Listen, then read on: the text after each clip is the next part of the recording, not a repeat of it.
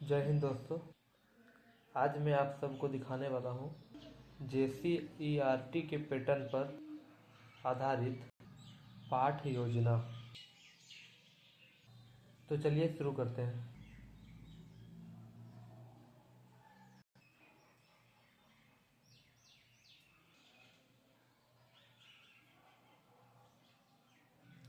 ये जो पाठ योजना होता है इसमें सबसे पहले लिखा जाता है दिनांक, जिसमें कि आप जिस दिन को पढ़ाने वाले होते हैं उस दिन का डेट भरा जाता है। उसके बगल में घंटी होता है, आप किस घंटी में क्लास ले रहे हैं, पहला घंटी दूसरा घंटी। इसके बाद कक्षा कक्षा किस कक्षा को आप पढ़ाने जा रहे हैं या किस कक्षा के लिए आप पाठ योजना तैयार कर रहे हैं। अगला है खंड, जिसमें आप भर सकते हैं कि कौन से खंड के बच्चे को आप पढ़ा रहे हैं, यानी कि section A, section B, section C. विषय में आप अपना विषय भरिएगा जिसे आप पढ़ा रहे हैं या पढ़ाएंगे। और अध्याय में आप उस अध्याय का संख्या भरिएगा जो आप पढ़ाने वाले हैं। और प्रकरण में आप उस चीज़ को भरिएगा, प्रकरण यानी टॉपिक, जिसे आप पढ़ाने वाले होंगे। जैसे कि मैं ये पाठ योजना बना रहा हूँ राजनीति विज्ञान के ऊपर, तो मैंने विषय लिखा है नागरिक शास्त्र कक्षा 10th के लिए, और प्रकरण जो लिया है मैंने वो लिया है संघवाद।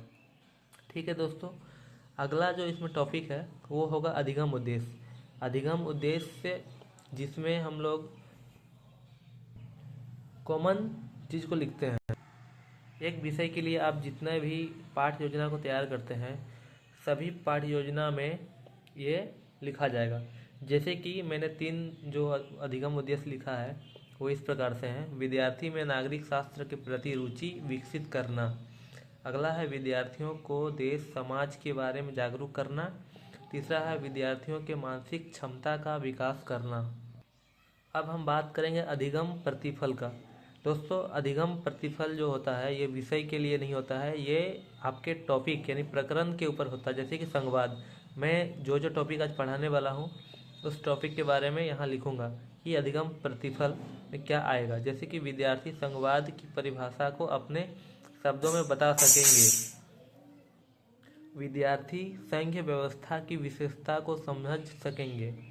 अगला, विद्यार्थी भारतीय संघ व्यवस्था की विशेषता की व्याख्या कर सकेंगे। दोस्तों, एक बात आप सबको बता दूं कि अधिगम उद्देश्य और अधिगम प्रतिफल कम से कम 3 बिंदु होने चाहिए दोनों में। अगला बिंदु आप देख सकते हैं शिक्षण विधि। शिक्षण विधि का अर्थ होता है कि आप किस विधि से शिक्षा दे रहे हैं या देने वाले होंगे। जैसे कि व्याख्यान विधि यानी कि आप व्याख्या करेंगे। प्रश्नोत्तर विधि यानी कि आप प्रश्न पूछकर भी ज्ञान दे सकते हैं। या फिर प्रदर्शन विधि, जैसे कि आप कुछ TLM वगैरह बना के प्रदर्शित कर सकते हैं, कोई मानचित्र दिखा सकते हैं। अगला शिक्षण अधिगम सामग्री। शिक्षण अधिगम सामग्री में वो होता है कि आप कौन कौन से सामग्री का प्रयोग कर रहे हैं। जैसे कि श्यामपट्ट यानी blackboard, whiteboard, green board, chalk, marker, duster या फिर चार्ट पेपर जो आप तैयार करके ले जा रहे हैं।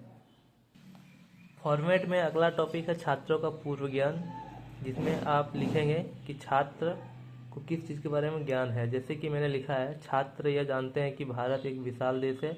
उन्हें यह भी पता है कि हमारे यहाँ प्रधानमंत्री और मुख्यमंत्री होते हैं। आपका जो भी टॉपिक होगा टॉपिक से ही रिलेटेड सारा फॉर्मेट में भरा जाएगा। जैसे कि अगला है प्रस्तावना, तो प्रस्तावना के लिए पूछे गए प्रश्न और संभावित उत्तर ये भी टॉपिक से ही संबंधित होगा। और हम ऐसा प्रश्न करेंगे जो कि टॉपिक तक ले जाए। जैसे कि हमारे देश के सरकार को किस नाम से जानते हैं, इसका उत्तर हो जाएगा, जो उत्तर बच्चे देंगे, भारत सरकार या केंद्र सरकार। अगला प्रश्न, हमारे राज्य की सरकार को किस नाम से जानते हैं, तो हो जाएगा झारखंड सरकार या राज्य सरकार। अगला क्वेश्चन, जब सरकार केंद्र और राज्य के बीच बटी हो तो उस व्यवस्था को क्या कहेंगे, तो उस व्यवस्था का नाम हो जाएगा संघवाद या फिर संघीय व्यवस्था। तो यहाँ से हम लोग अपना चैप्टर को स्टार्ट करेंगे। इसी कहेंगे उद्देश्य कथन, तो यहाँ हम कहेंगे बच्चों आज हम संघवाद का विस्तार पूर्वक अध्ययन करेंगे। किसी भी पाठ योजना का सबसे मुख्य बिंदु होता है प्रस्तुतिकरण, जिसे हम कक्षा में पढ़ाने वाले होते हैं। इसमें वो सारा कुछ लिखना होता है जो हम क्लास में करते हैं या क्लास में बच्चों को पढ़ाते हैं। जैसे कि शिक्षण बिंदु में वो बिंदु आएंगे जिसको हम क्लास में पढ़ाने वाले होंगे। छात्राध्यापक क्रियाशीलता या शिक्षक क्रियाशीलता, जो शिक्षक अपने क्लास में पढ़ाएंगे। अगला है छात्र क्रियाशीलता, इसमें छात्र कक्षा में क्या कर रहे हैं या क्या करेंगे। अगला है श्यामपट्ट कार्य और अपेक्षित शिक्षण अधिगम का मूल्यांकन। इसमें जैसे कि शिक्षण बिंदु है संवाद, तो छात्राध्यापक क्रियाशीलता संवाद का परिभाषा बताएगा। और छात्र जो है छात्र क्रियाशीलता में होगा कि छात्र ध्यानपूर्वक सुनेंगे। श्यामपट्ट कार्य में वो कार्य होगा जो आप बोर्ड में लिखेंगे, उसे यहाँ लिखना होगा।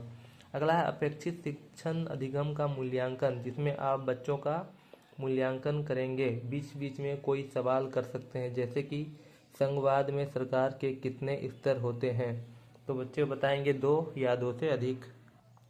इसी प्रकार शिक्षण बिंदु में जो अगला पॉइंट है वो है भारतीय संघ व्यवस्था की विशेषता। और छात्राध्यापक क्रियाशीलता में जो शिक्षक होंगे, जो पाठ पढ़ाएंगे, जो पाठ योजना तैयार कर रहे हैं, वो भारतीय संघ व्यवस्था की विशेषताओं को बिंदुवार या फिर गद्यांश के रूप में बताएंगे। छात्र क्रियाशीलता में छात्र क्या कर रहे हैं या छात्र की क्रियाकलाप को लिखा जाएगा। श्यामपट्ट कार्य में वो सारे कार्य होंगे जो आप पढ़ाने के दौरान बोर्ड में लिखेंगे या आपका बोर्ड वर्क होगा। अपेक्षित शिक्षण अधिगम का मूल्यांकन, जिसमें कि भारतीय संघ में अधिक शक्ति किसके पास है, तो इसका जवाब हो जाएगा केंद्र के पास।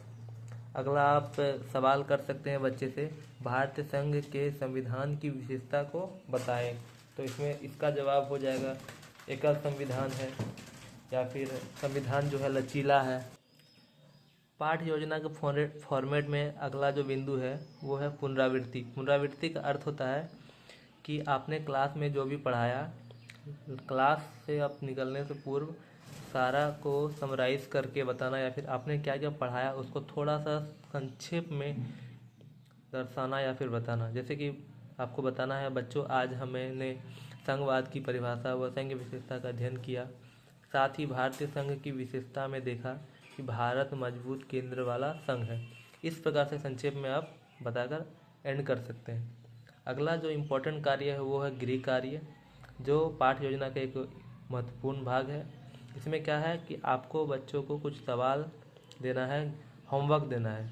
जैसे कि 2 सवाल मैंने दिया है, संघवाद क्या है, संघवाद की विशेषताएं बताएं। अगला सवाल है भारतीय संघ व्यवस्था की विशेषताओं को बताएं। दोस्तों इसमें मिनिमम 2 सवाल होने ही चाहिए।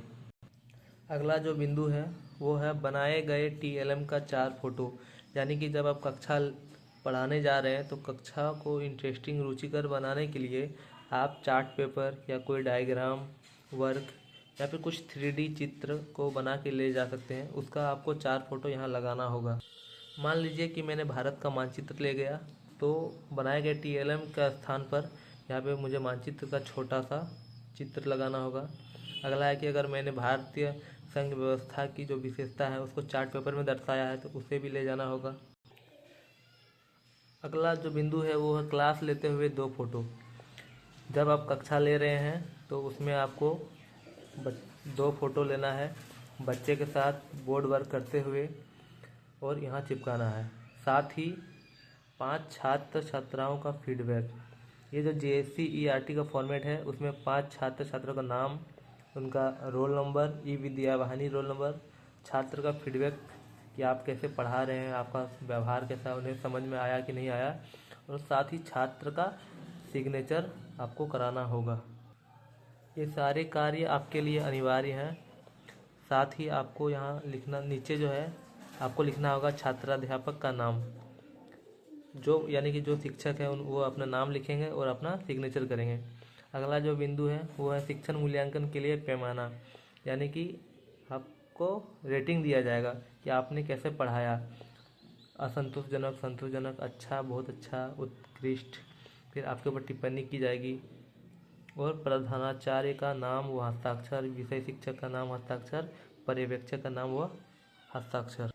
तो दोस्तों JSC-ERT का ये फॉर्मेट को आपको टोटल 10 पेज में बनाना होगा। तो इस प्रकार से ये कंप्लीट होता है।